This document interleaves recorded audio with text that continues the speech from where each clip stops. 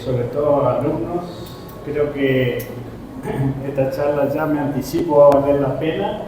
El Departamento de Hidráulica de la Facultad de Ingeniería está organizando con el marco y aprovechamiento de obras hidráulicas en el cual se enmarca esta disertación, esta charla. Nos va a hablar el amigo Belich, de manejo de agua a nivel predial. Ahora nos va a contar de qué se trata y el ingeniero Pilar lo va a presentar personalmente. Bueno, buenas tardes, gracias por estar presentes, aceptar esta invitación. Cuando nos invitó don Emilio Belich, que es el patriarca de una familia de productores, él y sus hijos trabajan en un campo muy grande, son unas 6.000 hectáreas, que se localizan más o menos en la ruta interdepartamental entre Charata, Pinedo, llegando al límite con Santiago del Estero. Una zona compleja desde el punto de vista hídrico. Entonces tuvo la deferencia de mostrarme, fuimos con Horacio, con Raúl, nos mostraron detalle por detalle una obra maravillosa, gigantesca. Don Emilio le va a dar los detalles ahora. Hola.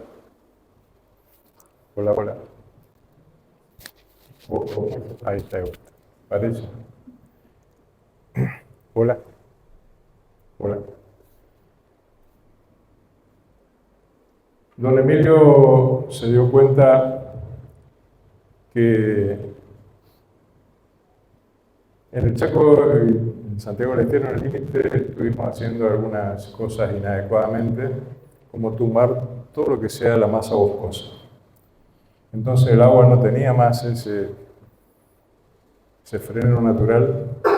Entonces don Emilio, con el asesoramiento de los ingenieros agrónomos, decidió de alguna manera recrear la función ambiental, hidroambiental de la masa boscosa. En esa oportunidad que conocí el emprendimiento de don Emilio, nos acompañó todo el equipo del Ministerio de la Producción. Yo fui en calidad de presidente de la Administración Provincial del Agua. Nos acompañó el ingeniero Morán, que hoy es el subsecretario de Planificación, ¿está bien? De Coordinación del Ministerio de la Producción. El ministro Dudic, por supuesto, todo el equipo de subsecretarios de ese gran ministerio. Se me ocurrió en el transcurso del almuerzo, nos ofreció un almuerzo espectacular, la hospitalidad de don Emilio y familia, y doña Sara, ¿no es cierto?, su esposa, es fantástica. Y se me vino a la mente la posibilidad de que él nos contara cómo nació esto en la cabeza de ellos y cómo lo llevaron a la práctica. Así que simplemente yo les voy a adelantar un par de características de la obra. Don Emilio le va a contar más en detalle. Por su cuenta y cargo, don Emilio hizo un movimiento de suelos de 250.000 metros cúbicos. ¿Es así, don Emilio? Un poquito más. Un poquito más. Y lograron almacenar 1 millón de metros cúbicos de agua. Él también les va a contar que la zona donde se localiza su campo, hoy una fábrica de dinero, porque es una verdadera fábrica de dinero, bien habido y bien trabajado. No hay nadie de Arca, así que bueno, podemos ir tranquilo. Bueno, acaba de llegar la directora de la Administración Tributaria Provincial, así que no hablamos más. Gracias, Viviana, por la presencia. Justo. Así que ha generado... Viviana, por favor, ¿querés acercarte adelante? Ha logrado hacer un manejo de agua a nivel predial, porque la tradición en el Chaco es sacarse el agua lo más rápido y lejos posible. Y después viene la época de falta de lluvias y la situación se pone compleja, porque la inundación molesta, pero la sequía mata. Don Emilio se cansó de esas situaciones de zozobra cuando venían las lluvias importantes que solemos tener, con la pendiente de esa zona, que es más o menos 10 veces la pendiente de la llanura chaco-pampeana. Llegaron a tener más de 1 metro de agua en la parte de sus galpones y en su propia casa, le tumbaban los alambrados. Entonces decidieron hacer algo, ir escalonando el agua para que no se llevara todo puesto, inclusive la capa de suelo productiva, la capa de suelo vegetal, y deja los campos verdaderamente yermos después. Así que yo no me voy a extender más, porque lo importante es lo que tiene don Emilio para contar. Yo le agradezco a don Emilio que haya aceptado venir a contarle a nuestros alumnos, los protagonistas de este futuro inmediato y el futuro poco que va más allá, para que empiecen a hacer las cosas bien, más o menos siguiendo el lineamiento que planteó usted con sus hijos. Y simplemente un botón de muestra. Esta mañana estábamos articulando con don Emilio su llegada acá a Resistencia, porque él se vino como 400 kilómetros para esta charla o más, no sé, 400 más o menos. Terminamos de hablar con él y me llama otro productor que quería canales, sacar el agua, sacar el agua, sacar el agua. Y justo don Emilio decía, qué mala política eso de solo sacar el agua y no manejar el agua. Así que vamos a dejarle a don Emilio que les cuente esto, porque lo que han hecho en su campo es, primero, para replicar, segundo, es escalable, se puede hacer en escala menor y en escala mayor. Bueno, mayor de 6.000 hectáreas ya estaríamos, es un campo muy grande, y hacen una agricultura. Yo estimo que el rinde es el trigo, cuando yo vi el trigo sembrado habrán tenido un rinde de 3,5 toneladas arriba por hectárea, sí. Porque vino muy bien, y don Emilio es un entusiasta de la ganadería. Hace Brangus y Braford. Los animales que tiene don Emilio, unos terneros como 300 kilos, y el pelo mucho más brilloso que mi perro, que todo lo considero bien cuidado, digamos. Así que, don Emilio, los alumnos están esperando a escucharlos, así que muchísimas gracias por tomarse la molestia de hacer 400 kilómetros para contarles a ellos lo que hicieron en su campo. Bueno, buenas tardes, mucho gusto de conocer a un montón de gente. Nunca pensé que me iban a tirar este fierrito caliente. ¿Quiere venir más adelante para el micrófono que agarre bien o acá?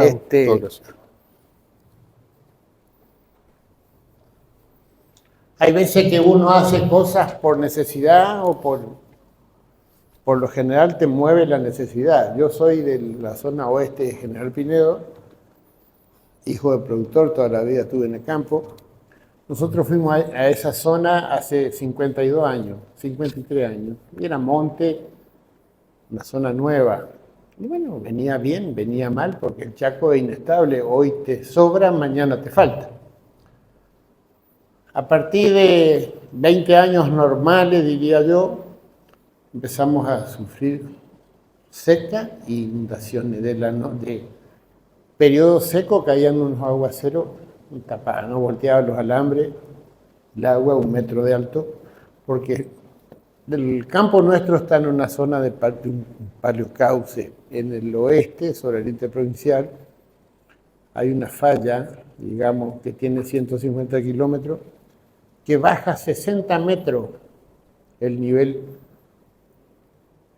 Santiago es plano, baja 60 metros, después el Chaco vuelve a ser plano, porque la caída normal que tiene toda la zona es entre 8 y 15 centímetros, no sé si por kilómetro, sí, estoy ahí. Ahí nosotros hay parte que tenemos 3 metros por kilómetro. Cuando era todo monte no se notaba, porque el monte frena el agua. A partir de que en los 90 la expansión de la soja, de inversiones de afuera, se desmontó todo el oeste chaqueño, el oeste santiagueño, el este santiagueño y el oeste chaqueño, se complicó. Había que hacer algo o irse, porque caía una lluvia de 100 milímetros y nosotros nos tapábamos con agua, perdíamos todo. No podíamos tener animales, no podíamos tener alfalfa, se resecaba. Bueno, le digo a mis hijos, vamos a probar. Si podemos quedar, quedamos, y si no, tendremos que irnos, porque acá a futuro no tenemos ninguno. Bueno, empezamos con pruebas y errores, a atajar el palocauce, y después vinieron unos muchachos salteños, unos ingenieros, trabajamos en las curvas a nivel, y se nos cambió totalmente el ángulo. Y de ahí, bueno, mucha gente hicieron lo mismo que nosotros, y la historia del Chaco viene mal. Discúlpenme la expresión a lo mejor, porque le vuelvo, soy productor, no soy Profesor. catedrático. Voy a hablar como habla un chacla, diría. Esa es la realidad. Conozco el Chaco de muy chiquito, aparte de trabajar campo, y he andado por todos lados dentro de la provincia, la conozco punta a punta, y vi la decadencia del Chaco, porque soy descendiente de segunda generación de migrantes. Mis abuelos, por ejemplo, de parte de mi mamá, fueron 2 familias dentro de las 6 fundadoras de San Bernardo, año 24, por decir algo. De parte de mi padre vino 4 años después, en el 28, a Villa Ángel. Bueno, nacimos de campo, somos de campo. La evolución, el tiempo pasa y uno se da cuenta. El primer canal que se hizo en la provincia del Chaco, en la época del APA, lo hizo mi padre, lo arrancó en el 80, con la ayuda de APA, cuando estaba formado el APA. Se armaban comas. El único que se hizo en la provincia fue el que hizo mi papá, con la ayuda del ingeniero Parvanov, era representante del APA. Es el único canal que anda en la provincia, que lo hicieron en el 80. Después lo enyaparon. Y yo vi el error del Chaco entero, porque el Chaco se complica cuando se hace el cambio, la evolución, digamos, la tecnología, se pasa del caballo al tractor. Cuando yo era chico, toda mi familia, arrancando de San Bernardo, la zona de Villa Ángela, Puerta León, la Clotilde, Saespeña, toda la gente trabajaba con caballo. El tractor empezó a aparecer en el año 50. Las lagunas eran piquetes. En las lagunas la gente tenía los caballos y las vacas lecheras. Cuando vendieron los caballos y empezó con el tractor, lo primero que empezaron a hacer zanjitas para encajar el agua al vecino. Eso hace 50 años. En el 70. El año 70 fue un año clave, porque en el año 70 salió una línea nueva John Deere y salió una pala muy versátil que hasta ahora está. Y bueno, se empezaron a hacer zanjitas los muchachos, para el camino, para el vecino, y ahí empieza el problema y cada vez se agrava más. Y hay gente que no se da cuenta de que al agua no hay que sacarla. El bajo, por algo lo hizo la naturaleza, el bajo, la laguna. Tenemos la suerte, la bendición, que la naturaleza fue tan perfecta en cuanto al campo, que le da la vida. En la laguna, por ejemplo, le da la vida al campo, porque el agua que tomamos se carga por la laguna. Bueno, ¿qué hacemos? La sacamos el agua de la laguna. Después, con la ayuda del gobierno, se hicieron los bajos submeridionales, se reformó, se terminaron los humedales. Digo humedales porque vamos a arrancar de acá cerquita, el estero Chajá, el Goró, toda la línea de estero, la Cañada, las Víboras, se canalizó, se sacó el agua, empezaron los problemas graves.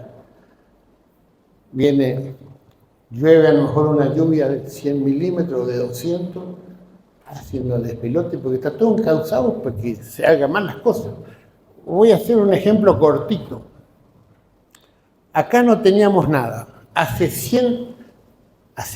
En 1916, cuando llegaron las vías al Chaco, todos los pueblos que se fundaron en 1916 a la par de la vía, no conozco ni un centro urbano, ni un casco urbano que se inunde.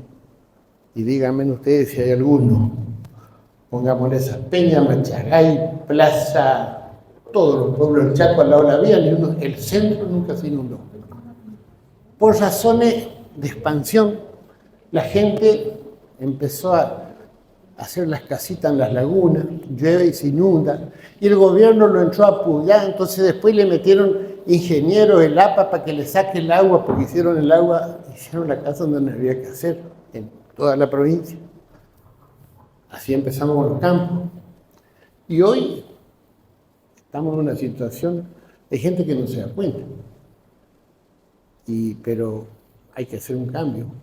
Por ejemplo, se desmontó desmedidamente, y el monte es parte del ecosistema, lo agarraron con bronca, porque el monte tiene que estar por el viento, por la avispa, por la mariposa, por la plaga, por la fauna, le hicimos desaparecer. ¿Cuál es el futuro si no se mejora esto? No sé, salinización. Le espera al Chaco si esto no se cambia. Estoy hablando de un futuro. Voy a volver a mi zona. Allá nosotros hicimos una obra con ayuda de unos ingenieros, hicimos curva a nivel. La curva a nivel en esa zona difícil, que se desmontó desmedidamente, ataja el agua. La curva a nivel significa en el campo como si le volviera a poner el monte, porque el agua no se va, se chupa. Y el agua vuelve a cargar la napa. Hay zonas enteras que están sin agua. Por ejemplo, los canales sacan todo y no hay agua para tomar. El agua se puso salada. Y fabricamos el problema. Por querer una expansión sin planificación termina en un desastre ecológico de lo que estamos viviendo. Yo me di cuenta de eso. Mi campo es una islita o es una estrella en el cielo. La zona nuestra es muy chica, digamos, comparando con los otros, pero me di cuenta del cambio en cuanto a la napa, en cuanto al rinde. Bueno, ahora tuvimos 2 años seco, que no se ve en un lado, y tuvimos problemas por seco, pero no fue el nuestro, fue de 2 o 3 provincias que no llovió. Son fenómenos que se da, no sé si es por ciclos, porque la historia del Chaco en el año 33 hubo una sequía terrible, después hubo unas inundaciones, después cada tanto pega esos garrotazos. Así que, bueno, ¿qué le puedo decir? No abusándose y buscándole la forma se puede seguir. Acá hay que hacer una planificación, una reforestación urgente, empezar a tapar canales, no hacer canales, y la gente busca en contra. Como el que se pierde, que se desorienta, en vez de buscar para la casa, agarra para el otro lado. Y acá, por decir un ejemplo, usted se perdió en el monte y en vez de buscar para allá, vos sabés que tenés que ir para allá, pero vas para allá inconscientemente. Lo que se está haciendo en la provincia con el tema del agua, están perdidos, se está haciendo mal la cosa. Hablo de todo el Chaco, porque lo conozco. Parece que le tienen bronca al monte, se está desmontando sin ni una planificación. Bueno, ¿cuál va a ser el futuro? Desmonte y canales. El bajo tiene que ser bajo, la reforestación tiene que volver, y si no, el futuro es triste de nuestra provincia. Estamos destruyendo nuestra hábitat por producir. Bueno, ¿de qué futuro hablamos? Porque acá el tema es, todos esperan que le haga el gobierno. con la diferencia que el hombre de campo está en extinción. Ahora hay hombres con campo. Hombres con campo, que son dos cosas muy distintas de hombre de campo.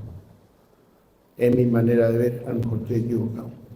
Vienen esos hombres con campo, se compran 10, 15, 20 mil hectáreas, hacen un desastre ecológico en todo, porque desmontan todo, canalizan, meten.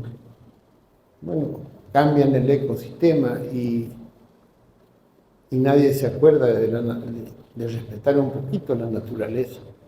Así que, ¿cómo se va a concientizar? En el caso mío, yo fui, porque tengo 72 años. Soy consciente de que un joven se puede morir, pero los viejos nos morimos. Esa es la realidad. Yo terminé, o estoy terminando mi ciclo, pero el futuro está en ustedes, en lo que se están formando. Y hay que hacer un cambio drástico, serio, y la gente a veces no actúa porque no conoce o porque no se le prendió, y yo estoy convencido que las grandes emergencias y las grandes necesidades hacen a que se encuentre la salida, y la salida está, hay que devolverle a la naturaleza lo que destruimos nosotros mismos. Es mi manera de ver, porque, vuelvo a decirle, me crié en el Chaco, vi el crecimiento y vi la decadencia y vi dónde está el error. Yo logré salir de ese error en los campos nuestros, porque, por ejemplo, hay gente que nosotros trabajamos 6.000 hectáreas, pero también hicimos desmonte igual que todos, pero respetamos el 20%. Porque yo, productor de 6.000 hectáreas con mi hijo, no me cambia en nada voltear 20 hectáreas de monte o 40 hectáreas más de monte. No me cambia. Sí estoy consciente que estoy reformando lo natural. Y acá tenemos que convivir con la naturaleza, no destruirla. Bueno, ese es el problema de los chaqueños. Ahora, sin ir más lejos, estoy escuchando la tele que le está dando manija a Buenos Aires, que está inundado. Eso habrán escuchado todo. Esa es la famosa cuenca del Salado. Están queriendo canalizar la cuenca del Salado. Quieren fundir Buenos Aires, si la canalizan, la funden. Cuando hoy es la provincia más fuerte del país, como está o como estaba, pero ahí siempre fue laguna, y ahora quieren desagotar la laguna. Y bueno, ¿cuál va a ser el futuro de eso? Ya se van a dar cuenta. Va a terminar la nada. ¿Qué les puedo decir? Otra cosa. Para mí, la naturaleza tenemos que cuidarla y convivir. Y si vos no cuidás tu hábitat, el futuro es corto. Se termina. Bueno, y hay que tratar de que los recursos no se terminen. Y lo más grave es la falta de planificación. Y voy a hablar con fundamento a veces en algunas cosas. Acá, señor Tejero, es de la zona, conoce bien lo que voy a decir. Voy a nombrar Charata, por decir algo. Charata se expandió para el oeste. Hubo un señor que vendió 200 hectáreas, dos lagunas, loteó. La gente, necesidad de habitacional, compraron los terrenitos, hicieron las casas. Llovió, 1 metro de agua. 1 metro de agua, todo el barrio, la parte nueva. ¿Qué hizo el gobierno, el intendente, con la ayuda de cosas? Metieron un canal, sacaron el agua de esa laguna y le enchufaron al campo para el otro lado. Cuando jamás tuvo que haberse hecho el pueblo en esa laguna. Bueno, eso yo hablo de falta de plan. ¿Y cómo se arregla eso? Porque, bueno, si todos pensamos fundir campo y beneficiar un barrio, ¿de qué futuro hablamos?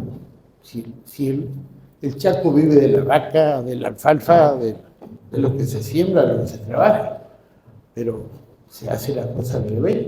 Y esa es la realidad que nos castiga a veces, una realidad latente que no sé si no la ven, o la presión de la gente, no entiendo, pero causa graves problemas. Así que no sé si alguno tiene alguna pregunta, pero es lo que yo veo.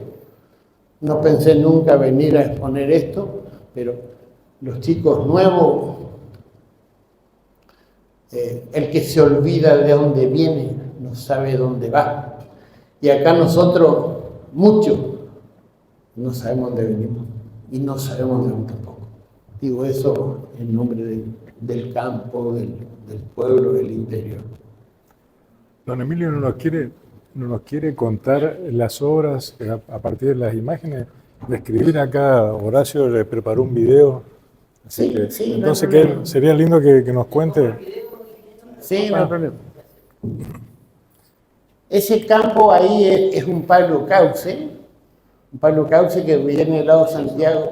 ¿Te pongo el video?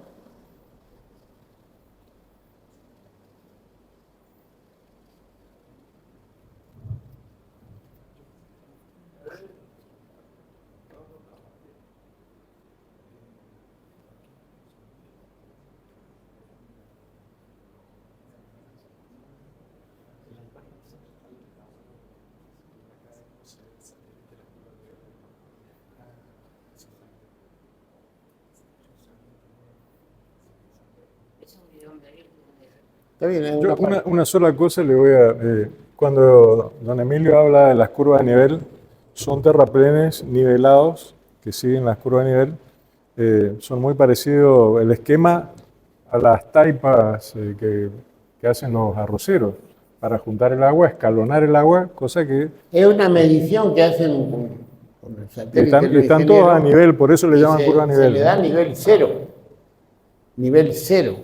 A la bajada le buscan para todos lados y le dan cero. Entonces evitan cuando se llena, después tiene otra taipa, digamos, de desagüe, pero por lo tanto ataja. Como esa zona ahí, nosotros estamos sobre un palo cauce que tiene 25 kilómetros y ahí tenemos una pendiente en toda la zona de 3 metros por kilómetro. Cuando era monte no se notaba.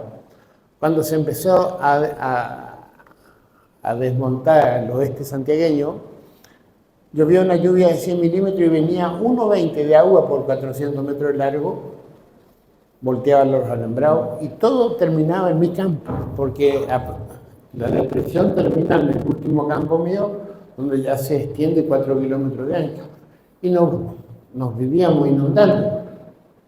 Empezamos primero a hacer una y otra, después nos volteaba con pruebas y errores, fuimos mejorando, después hicimos el trabajo de curva a nivel, tenemos 90 hectáreas de reservorio. Cuando llueve 250 milímetros ataja, después lo que sobra sigue. Bueno, en años llovedores aumentamos los rindes entre un 30 y un 80% por hectárea. Una cosecha, un año normal no pasaban los 2.000 kilos de soja. Cuando hicimos ese trabajo en ese campo, tuvimos un año bueno que doblamos, de 2 pasamos a 3.800. El maíz de 4 a 9. Bueno, después estamos 3 años de sequía, que ese ya no es otro tema, pero nos cambió la vida. Y hay muchos campos que se hicieron, que están haciendo. Y va cambiando totalmente la presión del agua. Por eso yo sostengo la relación que tengo con el ingeniero Pilar, que el otro día los llamé a mi casa, a Dudí, a todo el equipo, pero parece que les gustó más el asado, muchachos. Les puse lo que yo pensaba. Quería que se haga prueba piloto en la provincia, no sé en qué quedó, en distintos lugares. Están en eso. Pero bueno, esperemos que se avance. Y bueno, un trabajo no es fácil. A mí me llevó 12 años, porque primero probé, me volteó, quedó 6 veces, me lo arrancó todo el agua hasta que le dimos buenas medidas. Es una cadena. Esta primera represa acá tiene 56 hectáreas, esa segunda tiene 17, hay otra de 16, hay otra más atrás de 20, y bueno, ahí se frena una cantidad de agua impresionante, que toda una zona pues él encausa finito y cambia totalmente. Pero bueno, trabajando de otra cosa. La altura del terraplén entre 2 y 4 metros, ¿no? Los terraplenes empiezan de cero, empieza de cero con la... Y después, así como los 3,5 metros viene de desnivel, empieza con 0 y termina ya con 4,50 a los 1100 metros, así como hasta nivelar. Cuando se llenan, por ejemplo, cuando se llena, antes de rebalsar, tiene la medida de seguridad que pasa el agua por costado. Como ahí, por ejemplo, esa se llena y pasa por el costado, para acá. Y sigue a la otra, va en cadena. Entonces se hace un lago. Y tiene una alcantarilla que, por ejemplo, que la va vaciando, que siga. Eso, ahí tienen trabajo con los descargadores de fondo, ese todavía tenemos que corregirlo. ¿Cómo? Los descargadores, las alcantarillas, Claro. Bueno, pues a veces elevado, digo que ahí tienen trabajo nuestros ingenieros civiles para proyectarle un buen descargador. Bueno, yo lo que hice, copié un poquito del dique de Carlos Paz, el embudo de Carlos Paz. En una dimensión de 1000:1, cuando buscamos nivel, le hice los bordes, inclusive tenemos un nivel de seguridad de 40 centímetros. Cuando llega ahí, empieza el vertedero a sacar. Primero que se llene. ¿Cómo está hecho aquello? Nada más que distinta dimensión. A los terraplenes lo compactaron un poco, No, sí, fuimos hay varias formas de hacer el terraplén, porque cuando se lo hace con pala mecánica, vas echando capas finitas, se va compactando solo. Se compacta. Cuando se tira la palada gruesa no se compacta, pero cuando se va trabajando fino, va y venía echando a 3 centímetros, no se mueve con nada. Y este ahí donde estamos parados, ese tiene de base abajo 20 metros de ancho y termina con 8 arriba. Ahora, cuando empieza a pasar el agua por arriba, en 2 horas lo arranca todo, como lo saca. Pero una vez que logramos dar con el nivel, bueno, ahí está. Nunca pensé de que iba a tener trascendencia, porque lo hicimos por necesidad y bueno, ahí vimos, y bueno, salió esto de que ojalá se contagien varios. Sí, en las zonas, en esa zona sobre el ente provincial, Hacia atrás y atrás como hay, por allí, y creo que 10 o 12 que están haciendo lo mismo, la misma forma. Ahí lo que te tengo que mostrar a los estudiantes, Emilio, dónde están las curvas de nivel, que por ahí no se alcanza a ver, apenas se la ve. Pierden dimensión frente al embalse, ¿no? Sí, pero Que es importante. mostrarlo. esa parte blanca, ahí son los terraplencitos. La curva de nivel la toman, digamos, dibujan, la van tomando, va a cualquier lado, siempre manteniendo 0, el nivel 0. Va cruzado a la pendiente. Entonces, con una diferencia de 200 metros de una de la otra, 20 centímetros de alto. Sí. La cantidad, La profundidad. la cantidad de agua Hay que variables. utilizan Comienza en nada y termina en 4.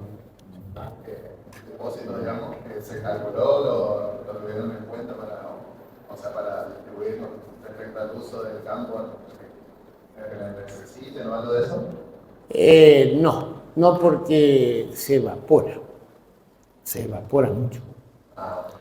Digamos, el objetivo es atajar la avalancha y se hace, pero después se evapora y se chupa.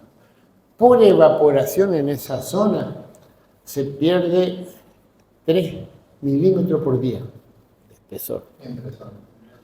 Por ejemplo, 360 días por 3 milímetros. 1,40 del espejo se va para arriba y otro poco se va para abajo. Eso lo tenemos bien medido. Otra cosa, ¿qué profundidad más o menos tiene el paleocauce? Porque en internet estábamos haciendo una proyecto para trabajo final y encontramos de que hay de 3 metros a 12 metros de profundidad de Palo-Cauce, por ejemplo, ¿qué profundidad encontraron ustedes más o menos? Donde están estas represas, si tomamos a un nivel así transversal, y oscilan entre 10 y 12 metros. Si decís, bueno, acá no va a pasar el agua, 12 metros de alto, porque la bajada es mucha, digamos, entre 10 metros, 10, 12, depende, porque hay una zona para el lado de Gancedo, cada 6 kilómetros, 7. Es todo un tema. Hay varios paleocauces, que a su vez son recargas de napa. El agua viene de Santiago, es como un río. El mío es el más largo, por ejemplo, que viene el agua 20 kilómetros y después, cuando planea, recién se chupa.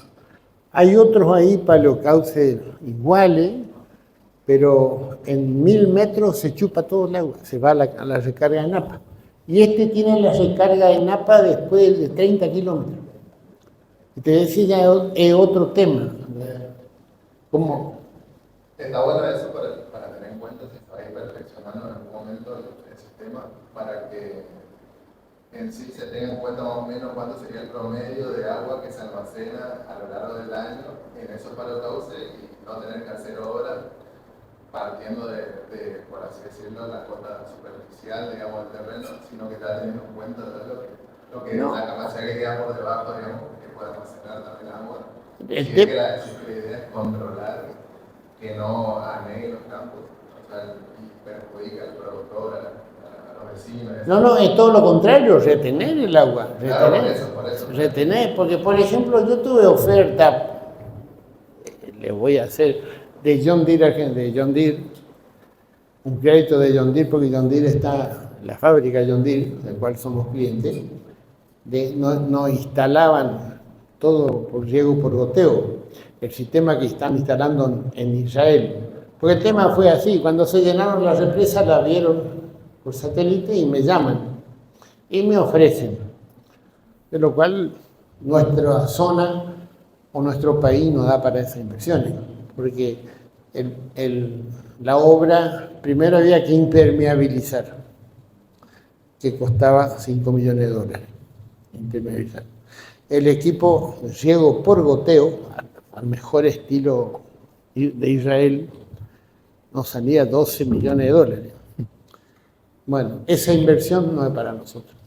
No es para nosotros porque, por ejemplo, nosotros hay años que nos vuelve loco la cosa. Esta hace 3 años que no se llena. Esta agua cayó una lluvia de 90 milímetros 10 días antes que estuvieron ellos, si no estaba seco. Y con esa inestabilidad no es zona para hacer ese tipo de inversiones en el oeste, digamos. No hay garantía de fuente. No hay garantía de fuente porque cuando llueve se llena, pero por ahí pasan 2 o 3 años como se está negando y no es fácil la mano. Y otra cosa que si usted está buscando que no se vaya el agua, si permeabiliza todo el agua que llega a caer, se va a ir, se va a perder, no sé cómo va a que se repite. En un momento de las conversaciones. Conversaciones con el intendente de Pinedo.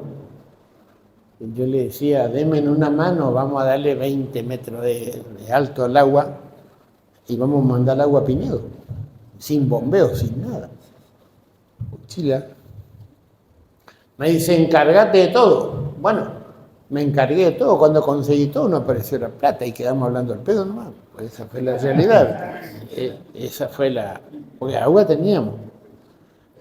Algo parecido, nada más que él logró hacer, fue Coroboichún Gancedo, que fue único, de que trabajó y le hizo agua potable al pueblo con agua de lluvia.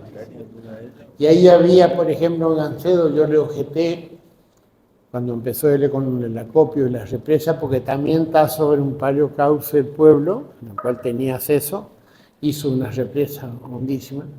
Como toda el agua venía de la parte rural, yo digo, ¿qué vos le vas a dar veneno a la gente? Porque vos fumigás, llueve una lluvia, viene el agua con veneno.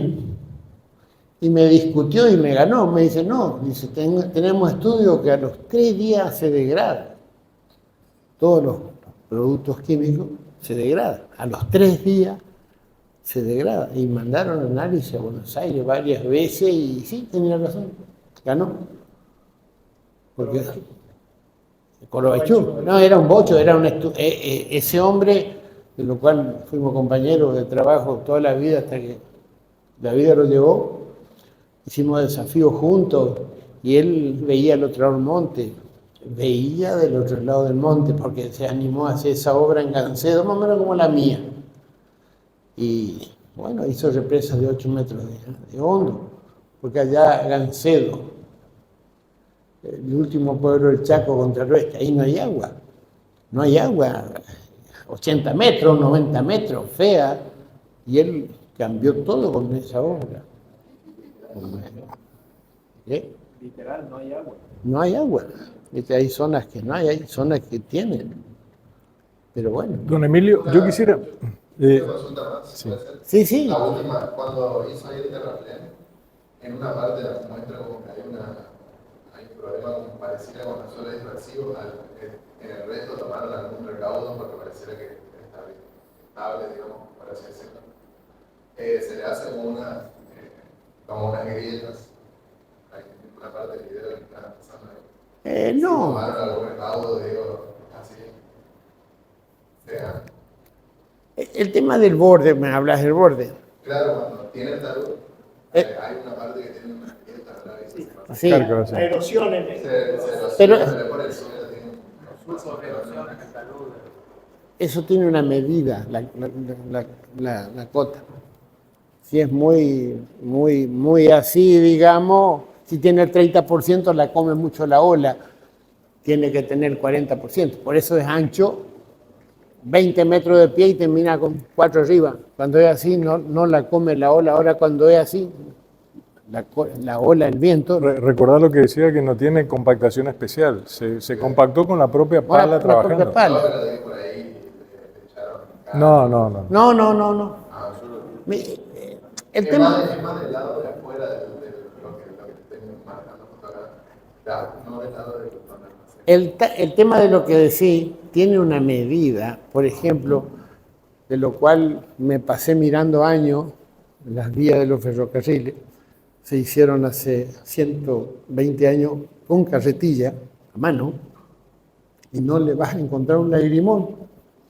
Pero hay una medida técnica que tenían los ingleses que lo compactaban a garrotazo con palo, no había otra forma.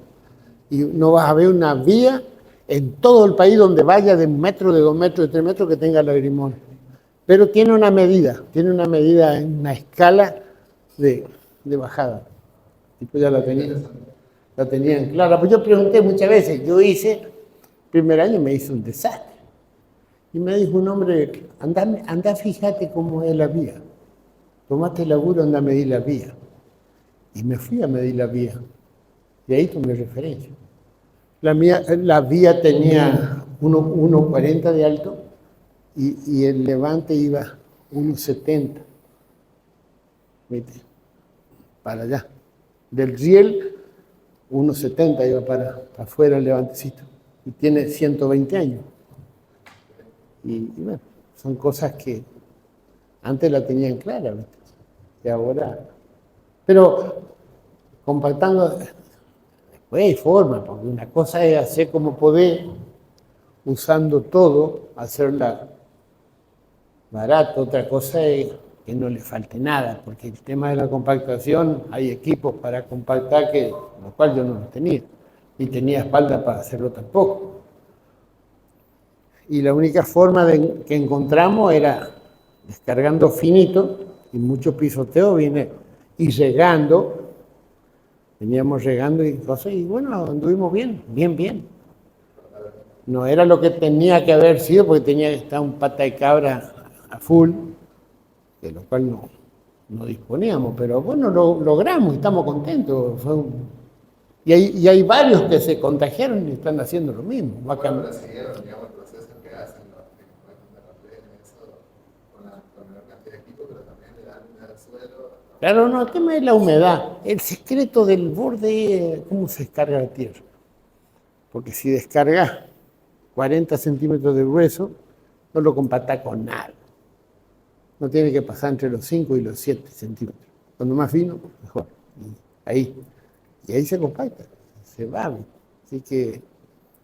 ¿Y esto lo hicieron con máquinas que ustedes tienen en No, el campo? ¿Máquinas propias? Máquinas propias. Sí, tenemos una escala Yo de... quisiera, lo voy a desafiar a don Emilio. La primera vez que escuché el trabajo que hicieron ellos fue en un conversatorio que tuvimos el año pasado en Agronea, en Charata, que organizó la Asociación de Consorcios Camineros, y don Emilio con los ingenieros que le hicieron el proyecto hicieron la presentación. Por supuesto, esto viene a romper con la tradición, papá Estado, haceme todo. Obviamente hubieron productores prebendarios, digamos, que empezaron a criticar, a tirar con munición gruesa. A vos te voy a tener miedo, decía don Emilio. Y le respondió con argumentos muy propios de los administradores y los contadores. Yo recuerdo, a ver, corríjame, don Emilio, usted dijo, cuando nosotros analizamos el flujo de caja de esto, nos daba que el tiempo de recupero de la inversión en proyecto y la obra iba a estar entre 3 y 5 años. Recuperamos el primero. Y dijo, hubo un factor que no tuvimos en cuenta, la mejora del rinde. Lo recuperamos en 1 año. Le tapó la boca a ese que de alguna manera quería denostar esto diciendo, no, esto es muy caro, esto yo no lo puedo hacer. Y don Emilio le dijo, ¿lo puede hacer chiquito o lo puede hacer más grande? Hay que tener una vocación y decir, el Estado no da para hacer todo. El Estado está absolutamente desfinanciado. Y no solo el Estado provincial, sino los municipales, el nacional. Han pasado cosas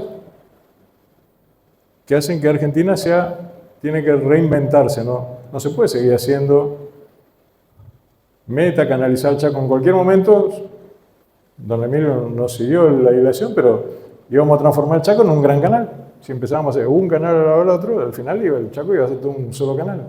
Y después íbamos a empezar a hacer canal dentro del canal. 2.600 kilómetros de canales tiene el Chaco. 2.600 kilómetros. ¿Con qué se mantiene eso? Cuando se hicieron los canales de bajos submeridionales que tenían manejo de agua con compuertas, ¿qué pasó con la compuerta? Se la robaron. Preguntarle a cualquiera quién entró por la ventana de su dormitorio anoche, todo el mundo sabe, pero preguntarle quién robó la compuerta, yo no vi. Ahí fallaron porque no tenía que tener compuerta. Tenía que tener un muro de cemento de 1,50 de ancho por el ancho del canal, porque el agua tenía que salir la que sobraba, no lo que se hizo. Ahí técnicamente le han errado.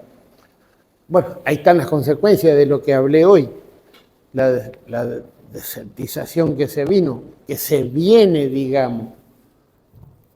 Bueno, no sé cuánto tiempo tenemos, pero los bajos submeridionales. Hace 100 años formaron el país por el quebracho que había en los bajos. Se sacó el quebracho y se llenó de agua, porque antes no era laguna. Después que se sacó los quebrachos se hizo estero. ¿Cuál es el resultado? Falta de planeamiento.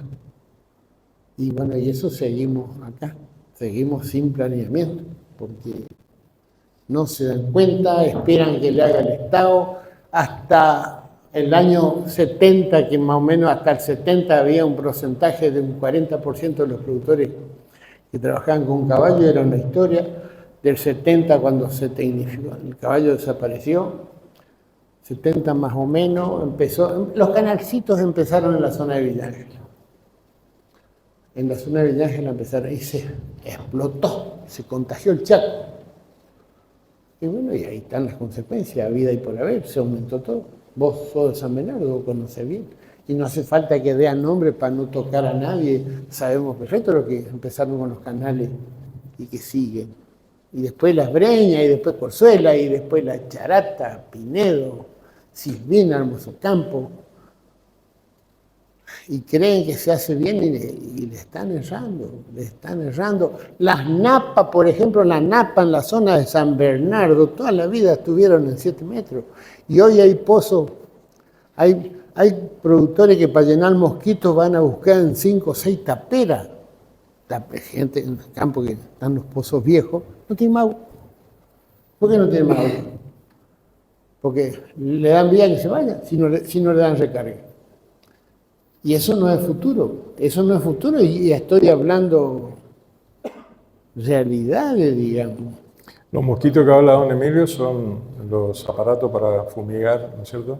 Necesitan agua para diluir La fumigadora. la fumigadora. Y la napa se fue. Y no. Los ganaderos están desesperados. Algunos quieren que la provincia le haga la represa o la perforación. Y los canales que le secaron los esteros y no se dieron cuenta. Primero porque había mucha agua, después ahora porque no hay nada. ¿Y cuál es el futuro de eso? Ninguno. Pero bueno. Yo acá le voy a desafiar a don Emilio. Don Emilio es un muy entusiasta ganadero, a él le gusta la ganadería, sus hijos son agricultores. Quería preguntar justamente algo de eso. ¿Hacen uso de esa agua para la ganadería o no? No. ¿No necesitan? No, pues tenemos agua en la napa. Yo al momento de que hice eso, yo solucioné el agua de la napa de mi zona, de la zona mía. Porque frenamos el agua y se recarga la napa. Claro, pero una recarga. Es una recarga napa. O sea, la solución es bastante fácil, digamos, o sea, habría que ir Haciendo- cerrando los canales. Haciendo conciencia. Cerrando no, conciencia. sino simplemente manejando el agua. Porque cuando nos dicen a nosotros, ahora hablo no como el profesor de la facultad, sino como presidente de APA, ¿por qué no nos juntamos agua en los canales? Ah, sí, le digo, ¿qué agua se junta en los canales? El agua viene en los campos y no quiere almacenar en el campo. Es como, la verdad que algo fuera de todo razonamiento lógico. Nadie hace un corral en la ruta para que transite, el canal es para que transite, el almacenamiento se hace al costado. Entonces, le planteamos nosotros, bueno, vamos a hacer en las alcantarillas los taponamientos, vamos a hacer con bolsas en las alcantarillas. ¿Por qué? La bolsa se pone a mano, se saca a mano. Porque quieren cerrar los canales, pues vos tenés una emergencia y la máquina no entra porque los caminos están intransitables. ¿Dónde está el chiste de hacer un canal que sale tonelada de plata para después taparlo? Vamos a manejarlo. Y sobre todo vamos a manejar en el predio. Por eso, cuando hablamos nosotros de manejo hídrico predial, esto es lo que, de esto hablamos. Y decía que lo iba a desafiar a don Emilio, unos días antes de ir a conocer su emprendimiento. Estuve en la zona de la Duí, Selva Río Oro, un trabajo fantástico que estaban haciendo un productor que la ve al campo como una fábrica de plata, no como a la que te criaste. Porque recibía yo reclamos de productores ganaderos que me decían, se me junta agua y se me funde el pasto. ¿Qué pasto para la ganadería se funde bajo agua? El pasto para la ganadería prospera bajo el agua. Entonces me explicó este productor, me dice, no, están haciendo ganadería con pasto inadecuado. O sea, no está habiendo un manejo correcto. Hay que cambiar ese pasto, porque si no, el pasto, bueno, no hay ganadero acá, pero don Emilio nos puede ilustrar. Se les gasta los dientes a los animales y el pasto es muy duro, le produce, voy a decir algo, no sé si es lo correcto, tipo disentería, se deshidrata el animal, no engorda a ese promedio 1 kilo por día. El tema de la ganadería, actual, digamos, va surgiendo cambios, la misma tecnología, la expansión. Una cosa es tener animales a la buena de Dios, como muchos ganaderos tuvieron muchos años, al achicarse las extensiones, al desagotar los campos, se le termina la hábitat, digamos, porque se la destruyó la hábitat, y al hábitat del animal. La ganadería Manejando, hay campos que manejan bien el tema de la pastura, en los bajos. Hay campos bajo estero que son invernadores, que hacen novillos para corta Hilton. Hay muchas zonas con agua que producen y producen en serio. Y está el otro que, bueno, le hicieron un canal, lo dejaron afuera, quedó sin agua y sin pasto. Entonces, no es fácil, es muy complejo, muy complejo. Pero otra consulta, ¿es factible cambiar el pasto, por así decirlo, para la ganadería Sí, en todo el campo? sí. Bueno, La pastura implantada. vuelvo no a es decir eso. lo mismo. Como es en cantidad, no es como que voy a plantar. Bueno, pues si vos querés tener una carga buena y con un engorde bueno, con una productividad buena, y algo tenés que hacer. En mi zona, un campo, voy a hablar normal, de 300 hectáreas ganadero, puede tener 80 animales. 70, 80 animales parejo. Porque tenés que computar la zona, la época buena, la época mala, la reserva de pasto, Pero trabajando, implantando pastura, por decirte, de 80 los llevas a 300 o a 400 animales, a un animal por hectárea. Yo en este momento ahí en la zona tengo 1,5 animales por hectárea en la parte ganadera. Que cuando en 1.000 hectáreas no podía pasar de 300, 400, tengo 1.500. Como es, ¿viste? Lógico, manejando y haciendo inversiones, porque hay pastura para los bajos y hay pastura pero hay que invertir. Y el problema de a veces es invertir. Hay gente que no vivió toda la vida sacando, no poniendo, y ese tipo que tiene esa costumbre o esa trayectoria, no es fácil hacerlo cambiar. No es fácil. Pero bueno, a ese lo cambia la necesidad, lo hace desaparecer, lo hace cambiar. Esa es la verdad de la expansión.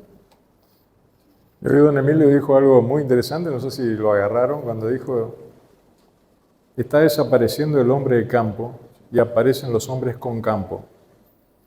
Gente que viene, busca personas que están con algún apremio económico y le compran el campo y no hacen ningún tipo de planificación. Tiran los animales y... Te voy a hacer un comentario, hombre con campo, ahí atrás nuestro, en la zona de Santiago, el dueño de Manaos, la gaseosa Manaos, a su vez socio con Vudú. Compraron 40.000 hectáreas. ¿Vendeme? No. Mandaba 5 o 6 tipos, pero una garroteada, dejaban tirados. A la semana querían vender, rajar, porque no quería que le pase lo mismo. Y se quedaron con 45.000 hectáreas en un solo bloque, a fuerza de billete. Yo tenía un amigo que ya falleció, estaba ahí en esa zona, tenía un campo de 2.500 hectáreas, vino un día, le dicen, ¿querés vender? Y él le dice, bueno, si me dan $2.000, vendo. No valía. Bueno, pasó 10 días, un día llega una Dodge Ram negra, tapada con una lona, y le dice, vengo a traerle la plata. ¿Cómo la plata? Sí, porque usted me dijo $2.000, acá le traemos una Dodge Ram, que la deben conocer, llena de plata, del banco, los paquetes termosellados, enteritos, de cosas, la Dodge Ram llena. No alcanzaba $2 millones, $1,5 millones.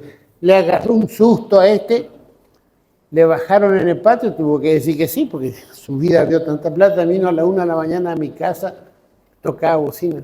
¿Qué te pasa, Jorge? Sí, me pasa esto, y si me voy a dejar un poco acá. No, le digo, está loco, que te maten a vos, yo ya tuve esa experiencia. Le agarró una desesperación. Y era plata que venía de Banco Central directamente. Así compraron. Por eso dije hombre con campo.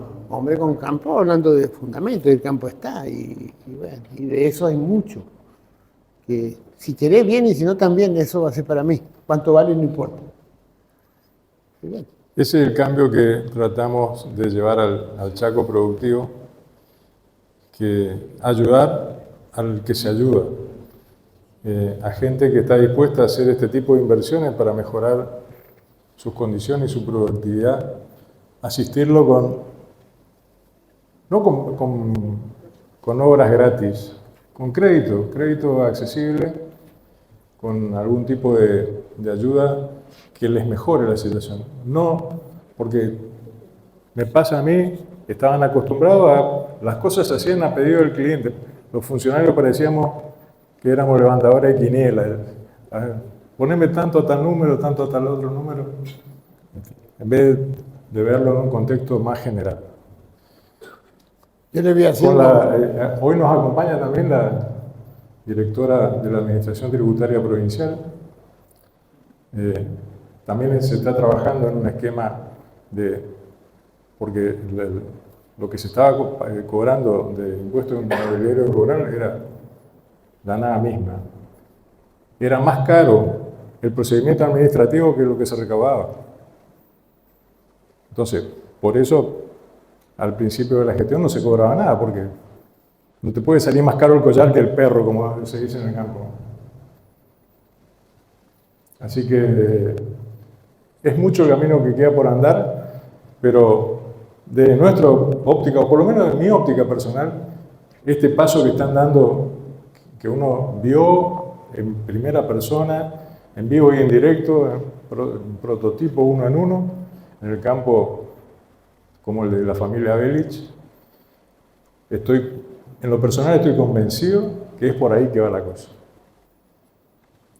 Seguir con un esquema prebendario no nos va a llevar a nada. Nos va a llevar a la desertificación, nos va a llevar a la salinización de suelo, nos va a llevar a que tengamos los pozos, en vez de tener el agua a 7 metros, van a estar a 15 metros y el agua en un estado inadecuado para cualquier tipo de producción.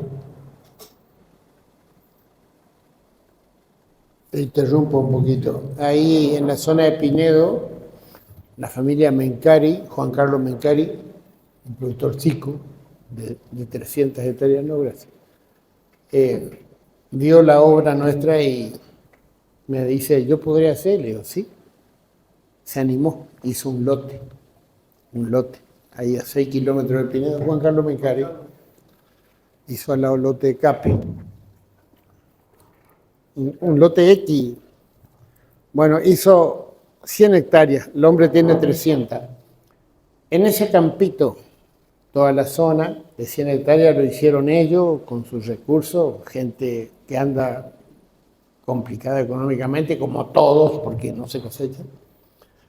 El primer año que hicieron, fue el año pasado, los vecinos cosecharon todos 700 kilos, ellos cosecharon 2.000 en ese lote. En el lote que no hicieron, 600 kilos. ¿Escucharon lo que dijo? 700 contra 2.000. El año... Eso era, don Emilio, quería preguntarle, porque habló de esto de la inversión que hizo, 15 hectáreas, y me acuerdo de lo que hablamos con Courtney, no alcanza el 5% de esa cantidad de hectáreas lo que destinó para hacer. Sí. Y en ese 5% después va a meterse para tener producción en todo, cada nueva producción. Que entiendo que en el primer año le dio un rendimiento del 30% superior.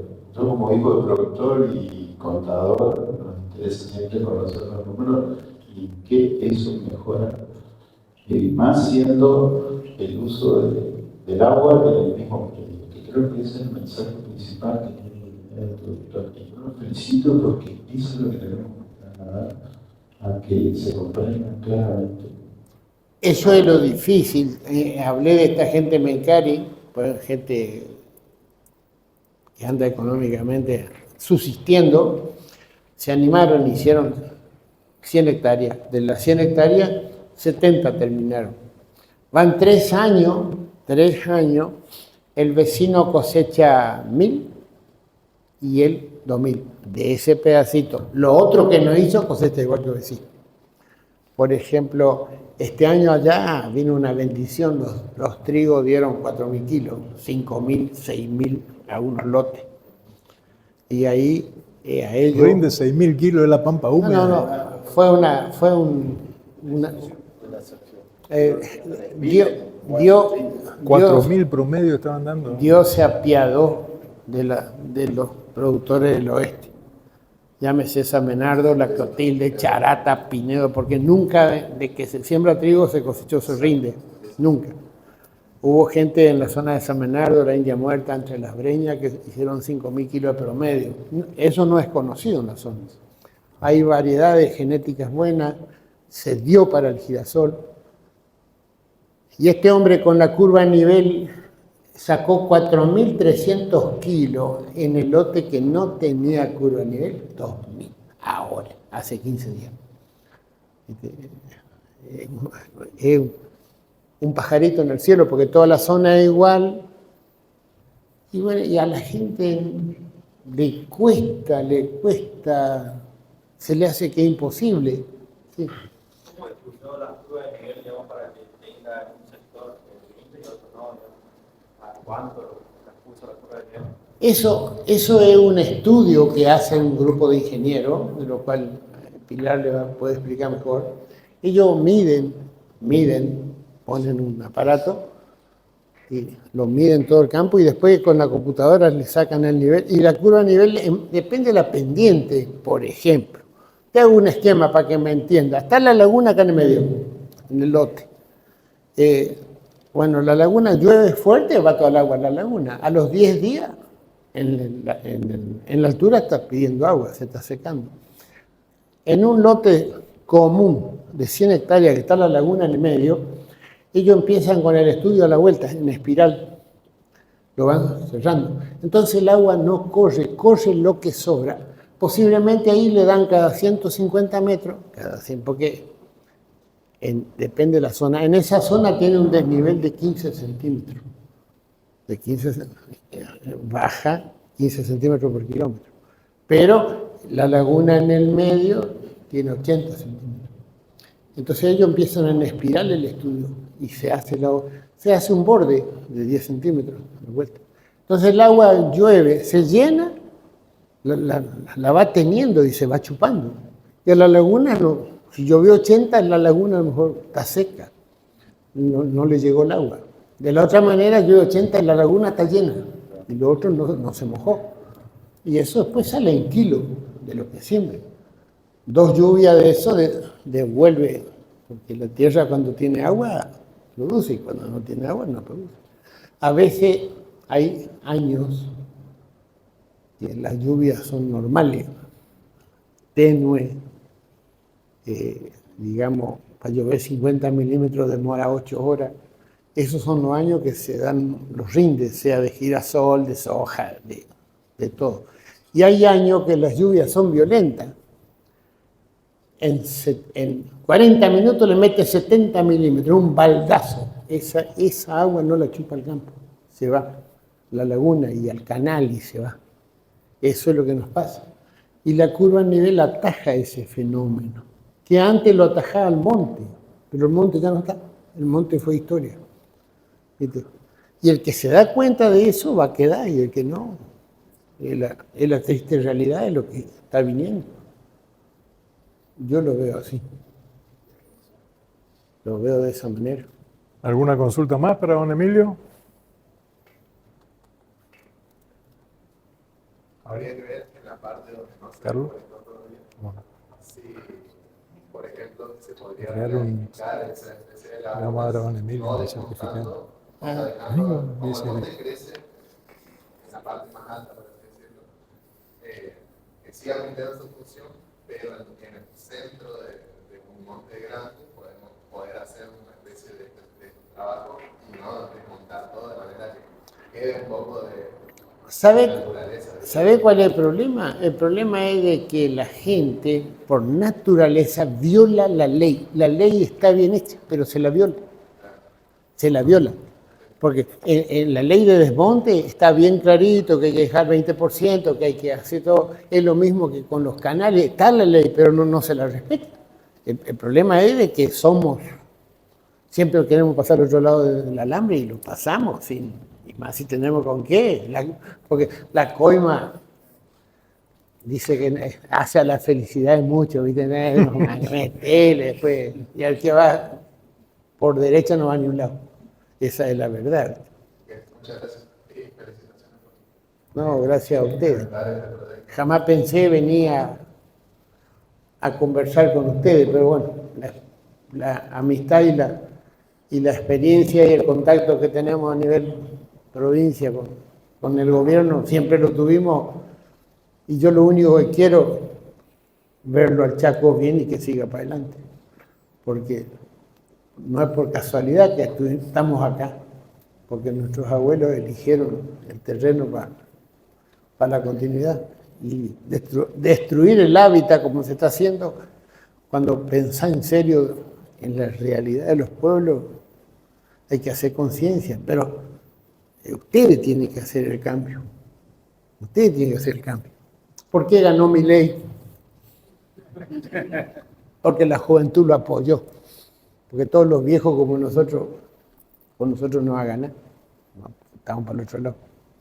Así que el futuro lo están viendo ellos. Y a ustedes les pasa lo mismo, de mi manera de ver. Gracias. Gracias Bueno. a ustedes.